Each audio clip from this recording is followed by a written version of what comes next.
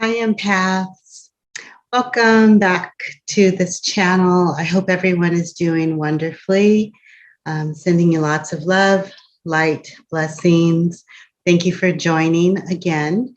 And I certainly hope that everyone is doing very well on your empath journey. A couple of things I want to remind you of, besides continuing to stay hydrated, since you are taking in a lot of energies and you are a conduit for the divine, which is wonderful, but you also take in a lot of the residue of the environment that you exist in, whether that's work environment, family environment, friends, the energies of the environment. It's a mixed bag, as you know, in the quantum field, globally, internationally. And sometimes when there are moments of intensity, our nervous system as an empath is affected more, right? We take in more of the emotional intensity depending on what's going on in the world. So there could be planetary changes, and you could be responding to the electromagnetic frequencies of the earth. You could also be feeling the energies of people around the world that perhaps are disgruntled or frustrated or grieving. When there have been catastrophic events, cataclysmic events, either natural disasters or things related to war, poverty, famine, oftentimes we dial in to the community or the environment that is experiencing the pain or the trauma. So it's so very important that you take care of yourselves on all levels. We've talked about hydrating. We've talked about clearing your energy field on a regular basis, shifting the energy, right? Taking ownership of your own energy field, monitoring the humans that you allow to be a part of your experience so that you can protect yourself, mind, body, spirit, energy. So being very diligent about the relationships that you allow, knowing the differences between alignments and assignments, staying away from distractions, being comfortable saying no, setting boundaries. All of these things help your life force as an empath. They support you in doing your work in the most optimum, most beautiful, most exquisite way, in the elegant way, in the eloquent way, protecting your energy, taking good care of yourself.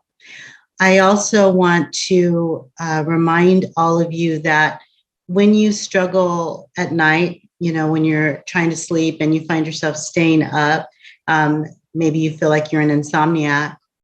So there's different reasons, for this. Obviously, I'm a doctor of psychology, but I'm not a medical doctor. So if you have any medical issues, please definitely see a practitioner that can assist you. Okay. But I do want to just talk about either ascension symptoms and just empath sensitivity.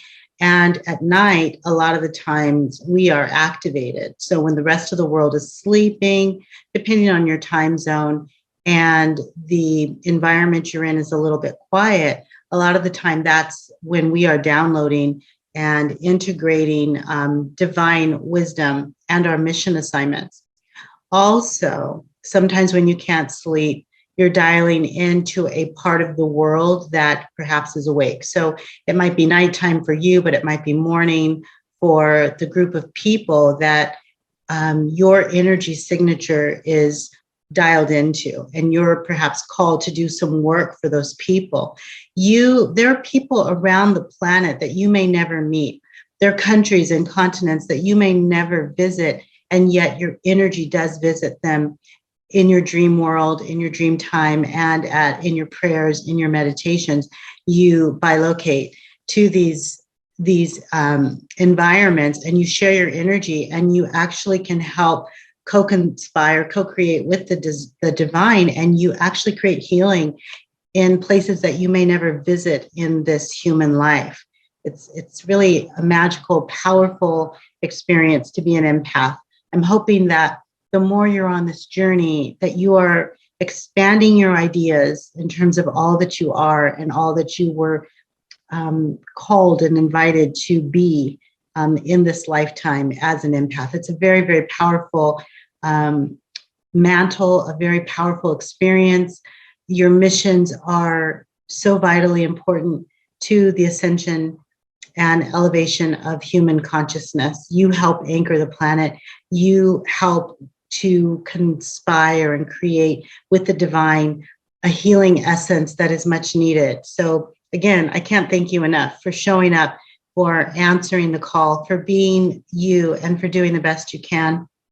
Also, with regard to not being able to sleep at night, sometimes, well, and it's not even just at night, just there are times when you may be experiencing emotional intensity and you're wondering what is going on. Sometimes you're dialing into the time zone of your ancestors.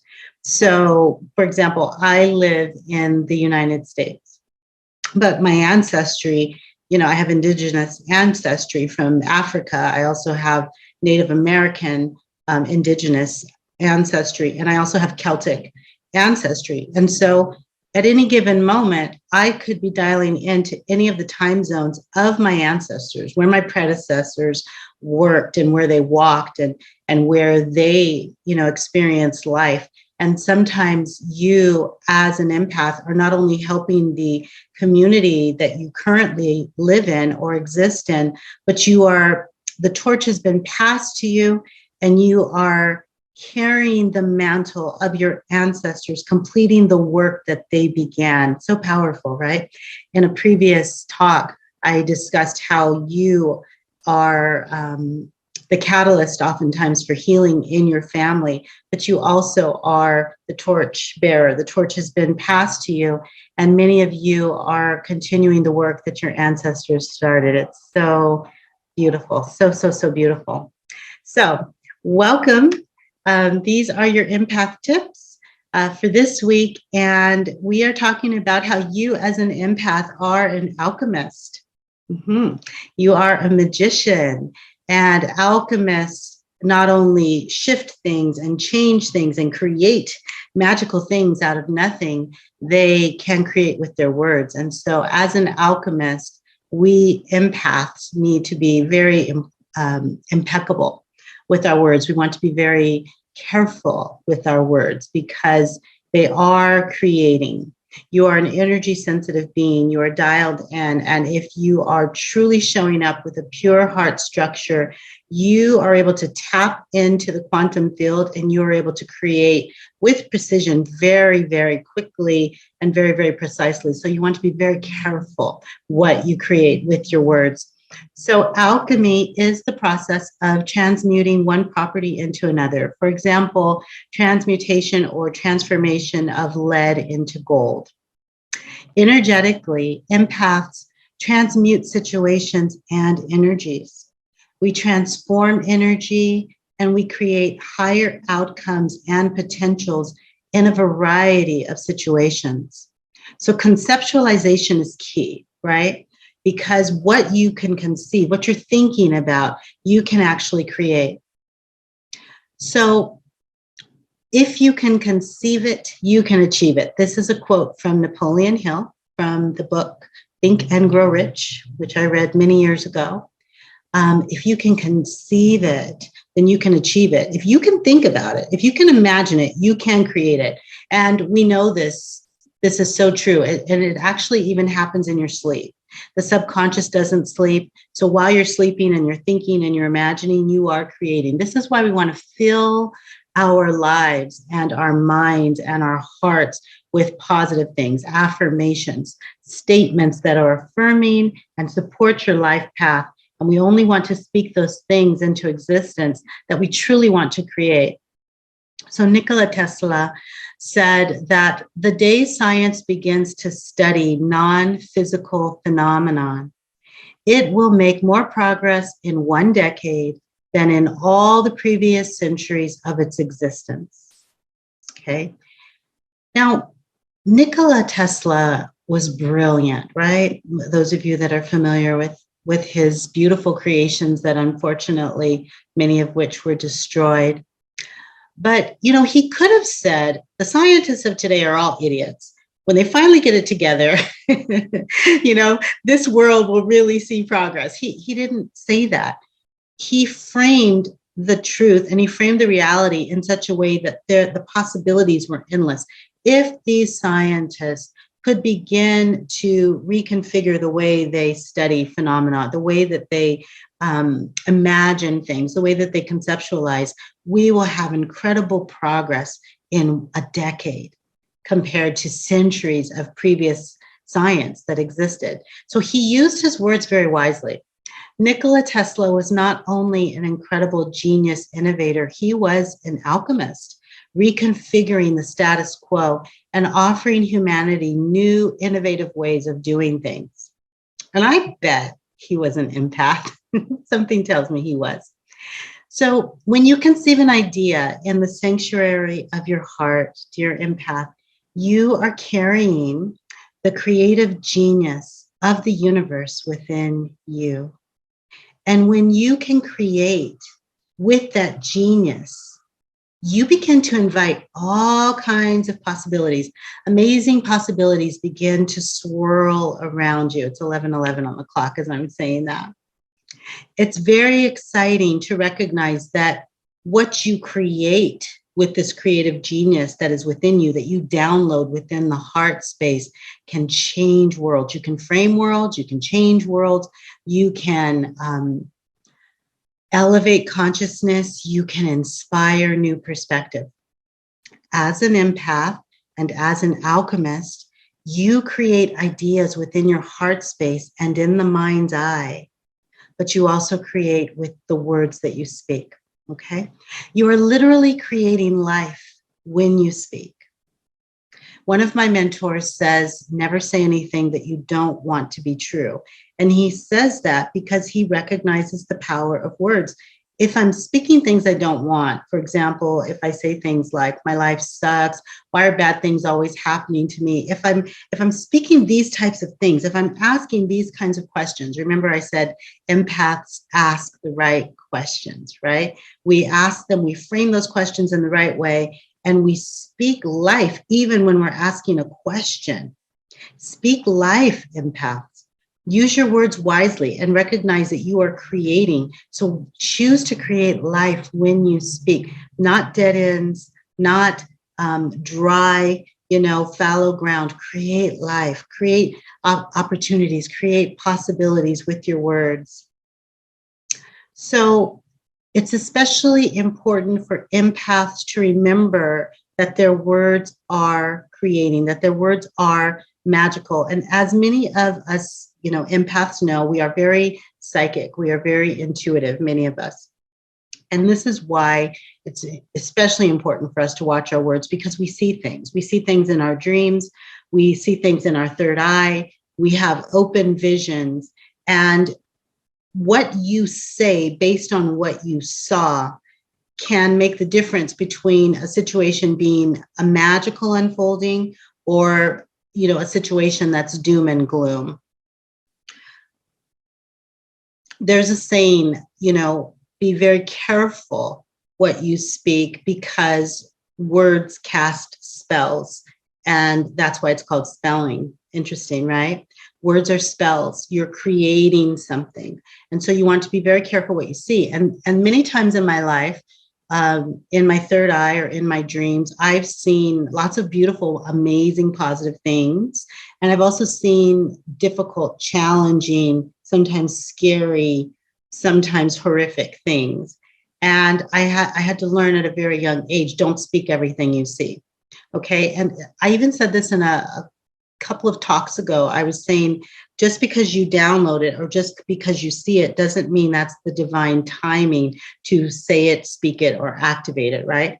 Well, just because we see it in our third eye or in a dream or we have a vision of it, if it's not a positive thing and it's not a positive outcome, you really want to go into base, into the sanctuary of the heart to integrate how does it even need to be communicated? Or maybe you need to fast, pray, meditate. What is the offering based on the information you've downloaded? We have to be very wise because sometimes we can speak something that we saw and all it does is create doom, gloom, fear, worry, anxiety. And we're not here on the empath path. We're not here on the planet to cause distress for people. We're actually here to give the human collective options and show them that there's a better way, there's another way to move through the world. So sometimes we have dreams or open visions about the future, and we're responsible for the information that we download. So remember, in the quantum field, it's a mixed bag of energy. There's the good, there's the bad, there's the strange, there's the foolish, there's the crazy, there's the creepy. There's so many different energies that exist in the quantum field. You as an empath, depending on the purity of your heart structure, depending on how dialed in, you could dial into any of that, okay? You're not always dialing into the highest light. This is something that you have to be very aware of and be responsible with what you speak, because just because you saw it doesn't mean it's meant for you to share it. You may have been dialing into a lower energy, and in that case, you just want to clear it from your field, right? Go back to base, dial back into the purest heart structure that serves the highest light. So we don't always need to speak what we have seen. Sometimes it's being shown to us so that we can transmute the energy before it reaches Earth. I'm going to say that again. Sometimes we are shown the experience because it's our job in our prayers and our meditation and our vortexing and all that we do. Sometimes it's our job to transmute that energy, that cataclysmic event, that catastrophic event before it reaches Earth. Okay? So like, let's say that a meteor, let's say that scientists and astronauts, or, all those people that handle all that stuff up there, let's say they saw a meteor was coming towards our planet, and there was an opportunity. It was detected by satellites, and there's an opportunity to deter this so that we can save lives, I'm sure that those scientists, astronauts, whoever handles that kind of stuff, they would do whatever they needed to divert this meteor, right? To keep it from hurting us, right?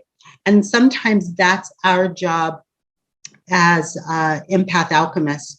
We see the situation before it unfolds. We see the destruction. We see the potential for something negative happening, and we wield our magic. We use our meditation. We use our prayers. We use our words to transmute the energy, to shift the situation, to shift that darkness into the highest light so that it can serve the highest good and even potentially save lives. So how do you choose to represent your light? What do you see as your purpose, dear empath? And how are you using your words? So very important for you to be completely aware and dialed into this. You've got to know the answer to this. As you know, we're mirror reflections of each other. So as we treat ourselves with exquisite care, right? I talked about that. We're taking care of ourselves with exquisite self-care. And when we do this, we're modeling to the human perspective another way of practicing self-love, okay? We demonstrate all that is possible to the collective, to other energy sensitives and light workers and way showers and the human collective as a whole. We begin to show them by modeling what self-care, what self-love looks like in an exquisite and elegant, eloquent way. If we choose and use our words wisely, we can create new paradigms where people begin to exist differently, where humanity begins to want to serve the highest good, where they return back to an idea of honoring all life force, okay? What we speak helps people to reconceptualize what is possible. And as we engage in practices, whether those practices are, yoga, meditation, all of the self-care rituals that we do, our ceremonies, the crystal healing, the Reiki, whatever spiritual practices you do, consider the fact that sometimes you're practicing for you, the self, the individual, and sometimes your practice is for the collective, okay? And we empaths flow in and out of these energies. There are times when we are assisting, the whole planet with what we're doing and what we're saying. So I just really want to encourage you to remember to stay in the highest light and use your words wisely. And our angels and our guardian protectors, they are protecting us all the time. They don't always show us what we're being protected from. Okay. But I think we can rest assured that there are many, many calamities and catastrophes that we avoid because of their generosity of spirit. They don't just come and tell us, don't go down that road, there's a murderer down there. They just protect us. They will help us to recognize, go down that other road, or don't go out today, or go visit your friends today. Don't go this way.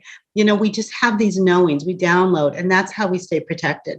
And we empaths have the ability to gently plant seeds with our words that can help the human collective stay safe, guarded, and protected. So consider this, empaths. Use your words to speak life. Use your words to pray, to declare, to activate only those things that are positive. Conceptualize what is positively possible. Speak blessings. Speak protection with your words. Call in the highest unfolding, the highest potential that always serves the highest light. And if you have to confront a situation that's nefarious or dark, always use your words to speak wisdom and to create better outcomes. Always frame your words in those positive ways that serve the highest good. And even when speaking the truth, remember, you are still responsible for the way you deliver that truth. Your delivery can make or break the situation. Your delivery can inspire the human collective, or you can discourage them. You're very, very powerful, empath. You are an alchemist. Consider when you're speaking the truth that you've seen and that you've downloaded. Consider using words that always conceptualize things in the highest light and eliminate those things that would wreak havoc on the nervous system, like, warning or curses or doom and gloom or darkness, or saying things like, oh, they're just lost, they're all going to hell. Is that absolutely necessary? Is that your judgment, or is that the absolute truth? Be very careful what you say. Do we have to highlight the negative? Now, I realize sometimes we have to be honest. We have to be truthful about what we're seeing. And sometimes humanity's going down the wrong road. But do we have to highlight the negative? Sometimes the negative is already evident. It's so obvious. Do we need to state the obvious? Sometimes people just need solutions. Sometimes people need a higher light perspective, and they need a higher vibe so that they can crawl out of the hole. And this is where you, as an empath alchemist, come in. You have the power, dear empath, to encourage humans to intensify their protections, to watch out for danger, to stay away from scary situations. But be very careful and be mindful not to scare them with the words that you use. Use words that encourage, that inspire, because you are responsible for the creations that you create. Karma is real. So wield your magic in such a way that it always cultivates optimism, faith, hope, love, peace. This is the power that you have, dear empath. There's a lot of doom and gloom in the world. A lot of people speak the negative. You have the opportunity with your powerful, magical words to breathe life into situations. You get to use your words to declare which side of the light you are on. You declare with your positive words where you stand. What side of the light are you on? Where are you standing? Who do you stand with? Where do you stand? You decide. Decide which side of the light you work with. Remember, darkness is just another shade of light. Which side of the light? Which shade of light are you choosing to align with? You have free will. You get to decide which structure you're going to choose to align with, what you're going to speak out of your mouth. And there are those people that they say that they have good intentions. They say that they're healers. They say they want to help the planet be better. And they're very comfortable cursing the people. That's existed for centuries. People cursing the people, declaring doom and gloom. You're going to hell, blah, blah, blah. There are many, many people that view the glass as half empty, pessimistic viewpoints, pessimistic attitudes, negative. There are many people that highlight what's wrong, with society. You get to decide. You have free will. You get to decide which side of the light you choose to embody, what you choose to say, what practices you choose to engage in, and how you choose to use your words. I'm encouraging you, dear empaths, to be cognizant of the space in which you sit and operate at all times. Be cognizant of the energy that flows from you and where you hold space and how you hold space. This is where your alchemy occurs. As a conduit of light, you flow in and out of energetic frequencies all the time. And this happens so often, you're not even aware. You're just flowing. You're just doing your thing, right? You're just living your life. You may not always realize that your life experience is also teaching. You are a living illustration, a living epistle, if you will. So be mindful, watch your words. They are either life or death.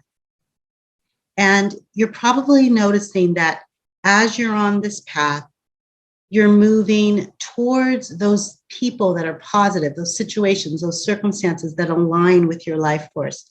And you might notice that you're moving further and further away from all that seems negative or no longer aligned, right?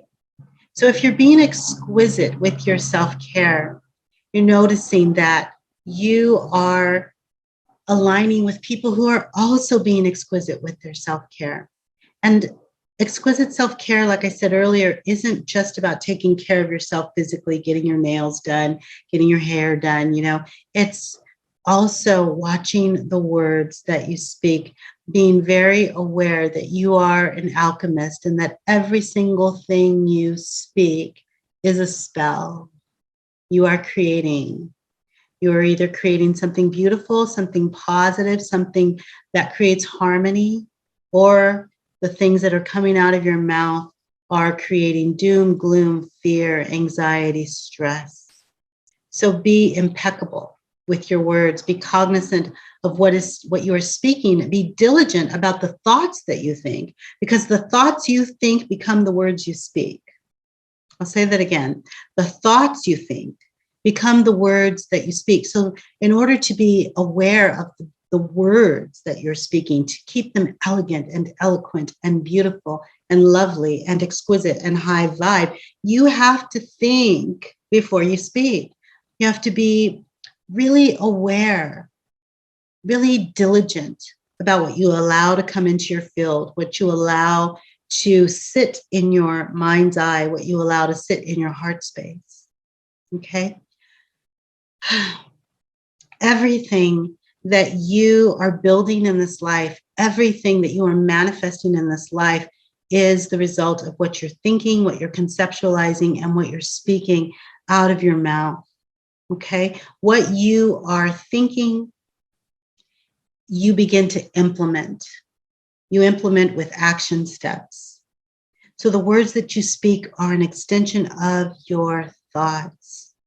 Align your thoughts with the divine. Let's choose those thoughts that serve the highest light, and let's only speak life with our words. That is my strong recommendation. You have free will. You get to exist the way that you want to, but breath by breath, moment by moment, there's an opportunity for us here as alchemists, as empaths.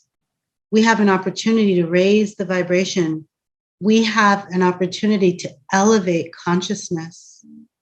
We have an opportunity to inspire the human collective to conceptualize their lives as golden. We have an opportunity to show people that things can be better than the status quo. You are an alchemist. Be very diligent with the words that you speak. Be diligent about the words you speak about yourself. Be diligent about the words you speak about your life, your lifestyle, your family, your relationships, your community, your environment, the world that you live in. You are an alchemist. You are either shifting the energy so that it serves the highest light, or you are part of the problem. And we know empaths, we don't want to be part of the problem, right? We didn't come here for that. We came here to serve the divine, to co-create with the divine, to create manifestations that serve the highest light and assist in humanity's ascension process in their elevated consciousness. You are a very integral part of that process and that mission. Use your words wisely, be impeccable, be diligent, be cognizant, be aware of how powerful you are. And let's join forces together with our words, always serving the highest light. I'm sending you so much love, so much light. I'm so grateful for you. You are my tribe, sending you lots of love and blessings. And I can't wait to be with you again.